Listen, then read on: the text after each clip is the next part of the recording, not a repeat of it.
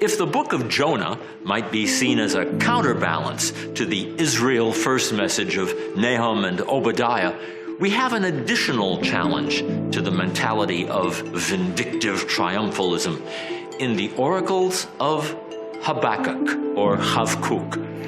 Here's a prophet who lives on the cusp of the Babylonian invasion of the land of Israel around the turn of the 6th century B.C.E. His job being to make sense of it all.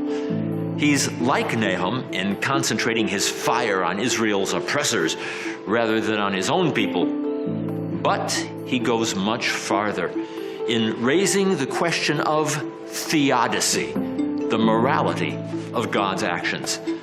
The issue is crystallized in the first 2 chapters, where we find an impassioned dialogue, an argument with God.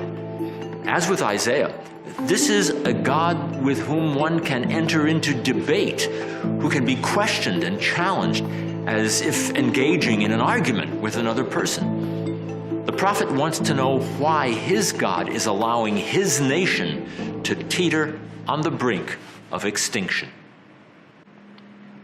Ad ana Hashem shivati velo tishma, ezak elecha chamas ולא תושיע. מה תראני אבן, ועמל תביט, ושוד, וחמס לנגדי, ויהי ריב ומדון. יישא על כן תפוג תורה, ולא יצא לנצח משפט, כי רשע מכתיר את הצדיק, על כן יצא משפט מעוקל. Do we believe our ears that the law, the Torah, is powerless? How many social justice warriors through history have cried out, "Where is justice? Why do the wicked prosper?" The divine response parrots Isaiah's old argument that God has all the nations in his pocket and is using the enemy, in this case Babylon, here referred to as the Chaldeans, to chastise and punish evildoers.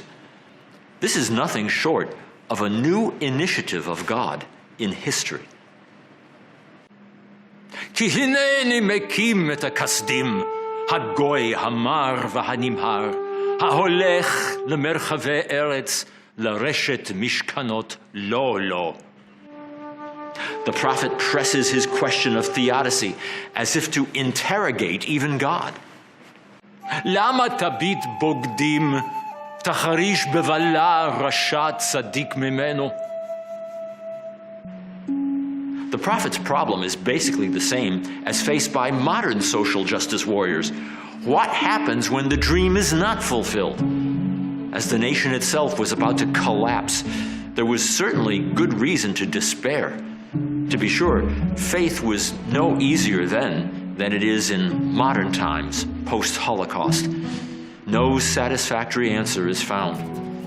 But precisely at that point, Habakkuk used his prophetic oracle as God's mouthpiece to say in no uncertain terms, wait for it. It's the principle of delayed gratification, divine imprimatur. Ktov chazon ובאר על לוחות מעל ירוץ קורא בו. כי עוד חזון למועד, ויפח לקץ, ולא יחזב. אם יתמהמה, חכה לו, כי בו יבוא, לא יאחר. For his part, the prophet shares his personal counsel as to how to live in the meantime. וצדיק באמונתו יחיה. Faith Faith in Hebrew, emunah, means being steadfast. It's not a mental exercise. It's not what English speakers think of as belief. One is allowed to have doubts. One is allowed to interrogate God. But emunah is about something else. It's about staying the course. It's about keeping the Torah. And while Israel isn't singled out per se, the general admonitions against perpetrating evil in interpersonal affairs are the hallmarks of social justice warriors and have been appealed to by social justice advocates down through the centuries. Hoi hamarbe lo lo, ad matai umachbid alav avtit, hoi botzea betzara leveto, lasum b'marom kino, lehinatzel mikafara.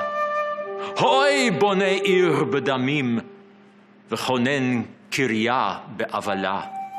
Hoi mashke re'eu, mesapeach chamatcha, v'af shaker lema'an habit al me'orehem. All the while, there's an undergirding confidence of divine intervention in human affairs. When it comes to theodicy, there's an equally strong confidence in the ethical character of the God of traditional religion. We must never forget how revolutionary that concept was in a sea of pagan fatalism. When a nation falls, even if that nation is Israel, there must be a just reason behind it.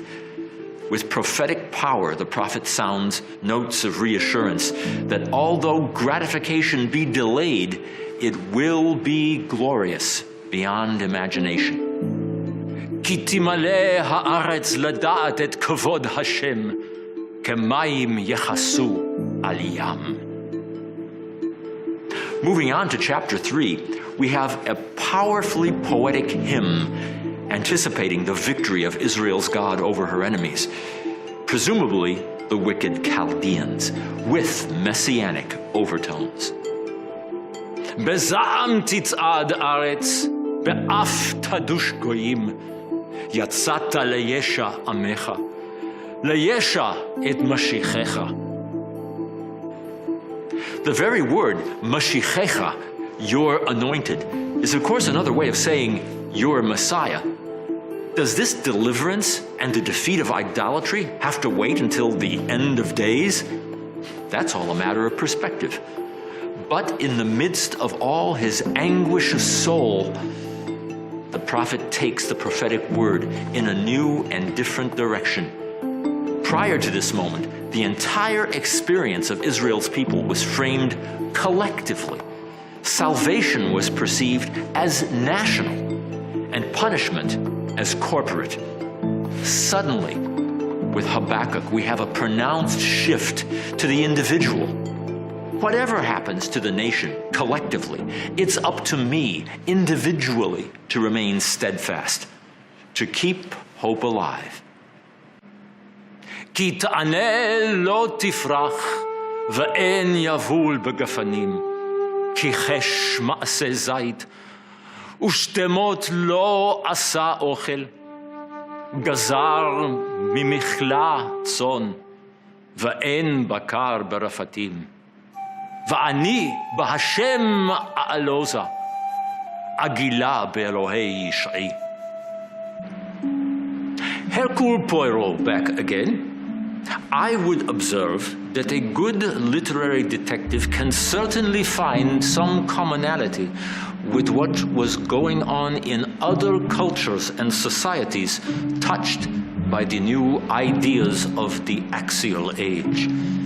In Greece, for example, the high classical philosophy propounded by the likes of Aristotle and Plato was undergoing no less radical a shift as new personal forms of wisdom were being developed. On the one hand, there was Stoicism, which stressed personal probity aimed at perfecting the individual. On the other hand, we find the philosophy of personal pleasure, Epicureanism, often conflated with unbridled hedonism. So at least on some levels, the Israelite prophets were in line with broader currents crisscrossing the ancient and classical world. It's a case of the social justice warrior turned personal philosopher. Elementary, don't you agree? And the rest is history.